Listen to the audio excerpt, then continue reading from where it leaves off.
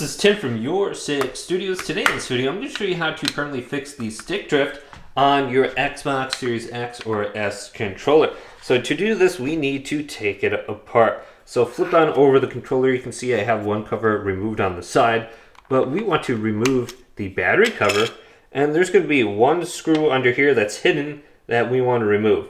And I'm going to be using a T8 security screwdriver to remove this, and I have it right here. I'm just going to remove that screw. I already have it removed, but I'm going to be using this Techman kit I bought off of Amazon with all these great tools to remove things and fix my controller.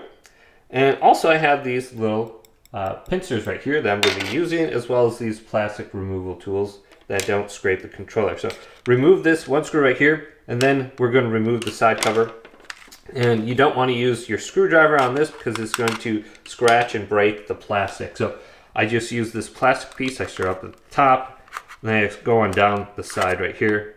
And one side is usually a lot more difficult than the other, but let's just move down the side right here, and it should pop open. You can kind of hear it, and boom, it came off.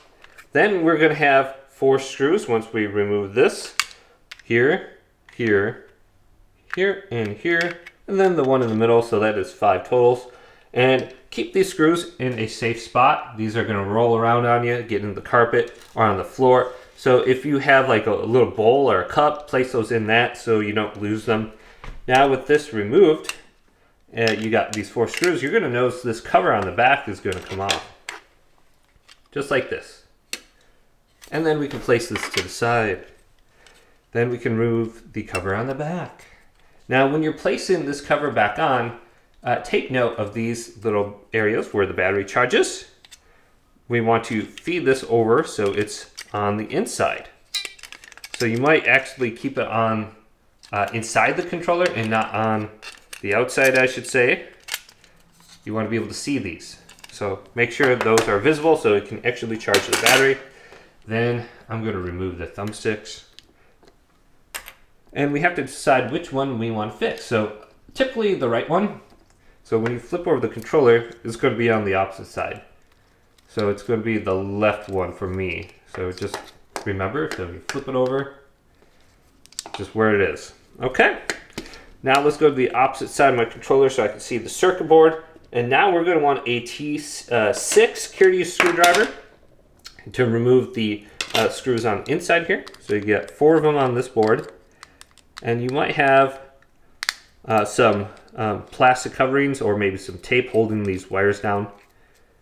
And I'm going to put these to the side. And these are a little bit smaller than the ones that were keeping the controller together. All right, so put these to the side. So you got 4 total, and then you got 1 over here. And be careful with the wires so you don't accidentally detach those. You would have to resolder it, and your rumbles won't work. All right, and then you're going to have a little black piece fall out on you when you remove this. So just a heads up, I'll show you exactly where that goes, but I'm just going to keep it to the side because it's just going to keep falling up. All right, so I got these out. Now, this is going to be the most annoying part to get back in later on.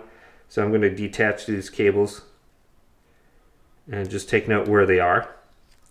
And I'll show you how to get them back in, or a good method at least. So those are detached. Now we can just pop on through. Should come off. That little black piece is going to fall out on you. And this will just go metallic side up with the audio jack facing you. Place it right there. It should snap on down on it. Alright, so let's get this out of here.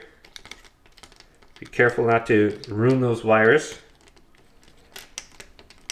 Alright, so just like this. And I'm just going to place it on top. And now we can see the actuators here. So I'm going to just zoom it on in. And I'm going to do the left one. So there it is. Now we're going to want some rubbing alcohol. I got some rubbing alcohol here. Not nail polish removal. That will remove the paint. So we need rubbing alcohol. And then a little cotton swab. And I'm going to use this to clean the inside. And then I'm going to use my little tweezers here to open up the case here. So we want to do this to both of them. I'm just going to show you how to do it to one of them, and you can replicate the same technique later on. And we need to open this up. So let's do that now. And I'm just going to use my little tweezers to get in here. And boom. It looks a lot easier than it probably is because I've done this a lot. And the tools really help. Now don't bend this back too far, because you're going to notice it actually bends on the circuit board. So I'm only going to bring it back as far as I need to remove this little black piece. And you can see how you put it back in. The black piece will be facing you and is in a vertical orientation. Now let's just get in here and try to remove this. And you can see the side with the little bump, the raised metallic end, will be the upside. So if you can see how this looks, let me get in there. That's the side that wants to be on the top. So I'm going to put that to the side here. And you can see inside here, it looks pretty good. I don't see any kind of debris or anything on that. It's a clear, kind of like a silver ring around there. Sometimes when I open it up on dirty controllers, there's black gunk in there and I have to clean it off. I'll actually get on my cotton swab. So I'm doing it to the top one. You also have to do this to the side one, because you may not know exactly which one is the broken one or dirty one. So I'm just going to get in here and clean it the best I can. And just go around and clean this off really good. Make sure it's clear in there and there's no debris or anything stuck in there. And I'm just going a little bit quicker than I usually would. And just look at this, make sure there's nothing on there. Make sure it's not bent or anything like that. If there is, just clean it and be very careful not to peel that back or bend it. And then we can go back over here. And then another difficult part, putting it back in. So if you got good eyesight, it might help a little bit better. If you got small hands, that would help too.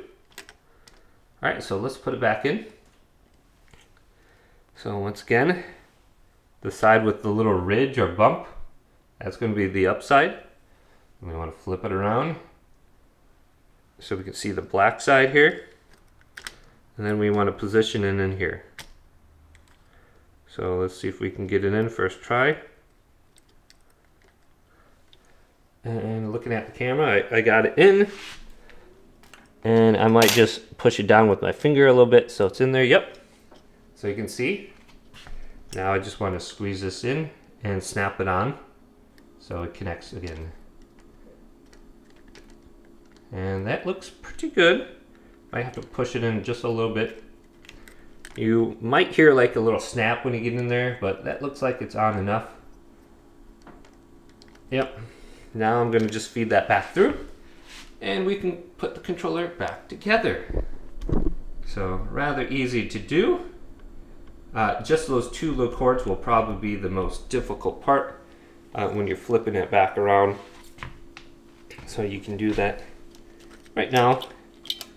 So hopefully this quick little video did indeed help you out. If it did, leave it a big thumbs up and subscribe to my channel down below for more tech videos coming up next on your 6 Studios.